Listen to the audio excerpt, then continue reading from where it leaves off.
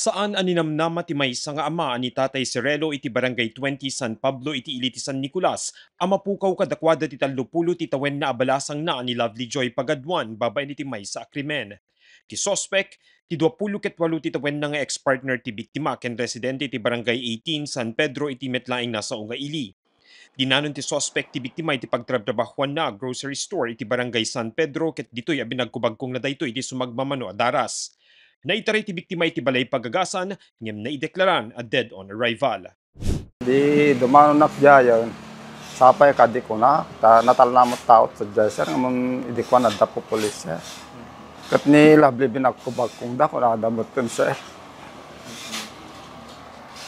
So dahil takot din siya.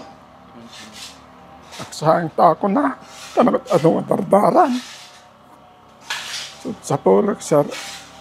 Antara batak maraming kurong-kurong ni kunada so data awal at ambulans yang kunak ba sartap na natartaray ko matbasit. Dato'y middle party bagina. More or less pati tama na talaga no Jack Mariro 5 tay bagkong na po. Naglibas si sospek ngem insigida metlaing ang nakemeg dito otoridad, babaen iti naywayat nga hot pursuit operation. Desidido ti pamilya ti biktima nga ilaban ti kaso a murder tapnon ti kasta ket magunod ni Lovely Joy ti hustisya. Talaga demandami mo ti sulat ako. Pagbayadan na mo ti naramid na ti anak mi ako. Kasla man ka pinatay na sir, maklusay CCTV kat permit.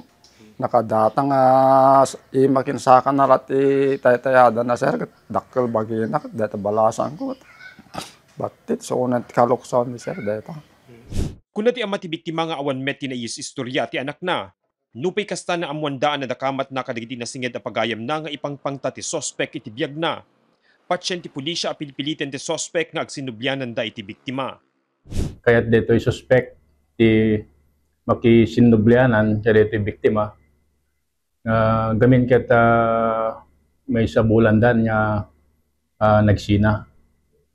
Ngem dito'y biktima tayo ket dinakayat nga kasubyanen dito'y former libin na. Ti kinagpesyon na ket nag-aplikar pa ito iti Barangay Protection Order.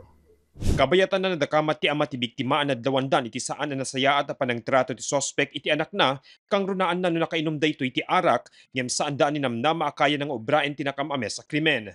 Naibati ti biktima ti maysa a grade 5 ken grade 3 nga anak na. Mark Magdirila, Balitang Solid North.